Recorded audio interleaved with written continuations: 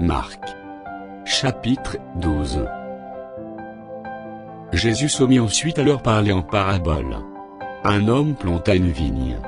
Il l'entoura du nez, creusa un pressoir et bâtit une tour, puis il la ferma à des vignerons, et quitta le pays.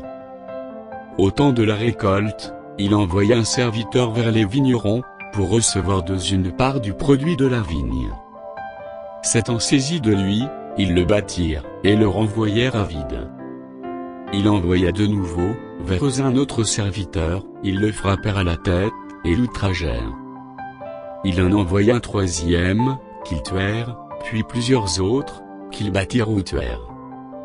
Il avait encore un fils bien-aimé, il l'envoya vers le dernier, en disant, « Ils auront du respect pour mon fils. » Mais ces vignerons dirent entre eux, « Voici l'héritier, venez, tuons-le, et l'héritage sera à nous. » Et ils se saisirent de lui, le tuèrent, et le jetèrent hors de la vigne.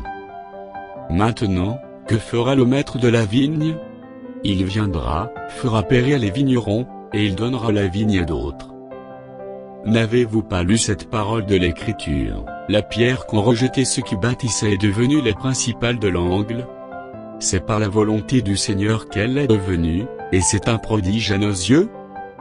Ils cherchaient à se saisir de lui, mais ils craignaient la foule. Ils avaient compris que c'était, pour eux que Jésus avait dit cette parabole. Et ils le quittèrent, et s'en allèrent. Ils envoyèrent auprès de Jésus quelques-uns des pharisiens et des hérodiens, afin de le surprendre par ses propres paroles. Et ils vinrent lui dire, « Maître, nous savons que tu es vrai, et que tu ne t'inquiètes de personne, car tu ne regardes pas à l'apparence des hommes, et tu enseignes la voie de Dieu, selon la vérité. Est-il permis, ou non, de payer le tribut à César? Devons-nous payer, ou ne pas payer ?» Jésus, connaissant leur hypocrisie, leur répondit, « Pourquoi me tentez-vous?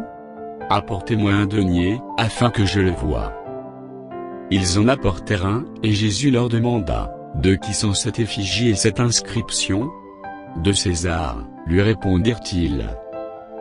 Alors il leur dit, « Rendez à César ce qui est à César, et à Dieu ce qui est à Dieu. » Et ils furent à son égard dans l'étonnement. Les Sadducéens, qui disent qu'il n'y a point de résurrection, vinrent auprès de Jésus, et lui firent cette question. « Maître, voici ce que Moïse nous a prescrit. Si le frère de quelqu'un meurt, et laisse une femme, sans avoir d'enfant, son frère épousera sa veuve, et suscitera une postérité à son frère. Or, il y avait 7 frères. Le premier se maria, et mourut sans laisser de postérité. Le second prit la veuve pour femme, et mourut sans laisser de postérité. Il en fut de même du troisième, et aucun des 7 ne laissait de postérité. Après eux tous, la femme mourut aussi. À la résurrection, duquel d'entre eux sera-t-elle la femme? Car les 7 l'ont eue pour femme. Jésus leur répondit, « N'êtes-vous pas dans l'erreur, parce que vous ne comprenez ni les Écritures, ni la puissance de Dieu? Car, à la résurrection des morts, les hommes ne prendront point de femmes, ni les femmes de mari, mais ils seront comme les anges dans les cieux.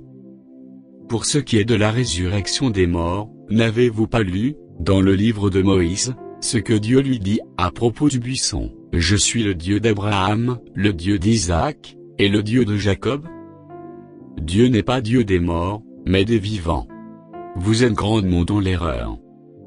Un des scribes, qui les avait entendus discuter, sachant que Jésus avait bien répondu aux Sadducéens, s'approcha, et lui demanda, « Quel est le premier de tous les commandements ?»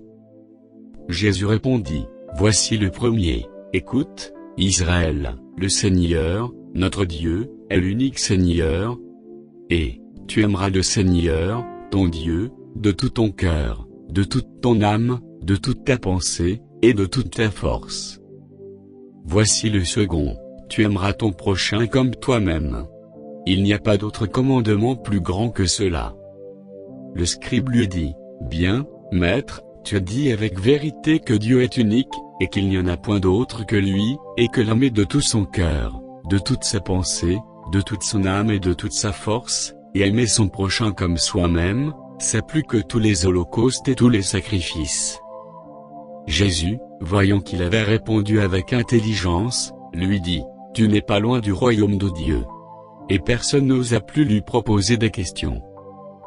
Jésus, continuant à enseigner dans le temple, dit, « Comment les scribes disent-ils que le Christ est fils de David ? » David lui-même, animé par l'Esprit Saint, a dit, « Le Seigneur a dit à mon Seigneur, assieds-toi à ma droite, jusqu'à ce que je fasse de tes ennemis ton marchepied. » David lui-même l'appelle Seigneur, comment donc est-il son fils ? Et une grande foule l'écoute avec plaisir. Il leur disait dans son enseignement, « Gardez-vous des scribes, qui aiment à se promener en robe longue, et à être salués dans les places publiques, qui recherchent les premiers sièges dans les synagogues, et les premières places dans les festins, qui dévorent les maisons des veuves, et qui font pour l'apparence de longues prières.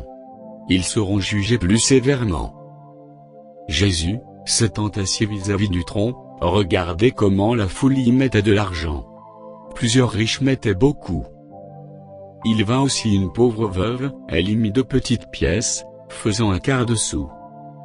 Alors Jésus, ayant appelé ses disciples, leur dit, « Je vous le dis en vérité, cette pauvre veuve a donné plus qu'aucun de ceux qui ont mis dans le tronc, car tous ont mis de leur superflu, mais elle a mis de son nécessaire, tout ce qu'elle possédait, tout ce qu'elle avait pour vivre. »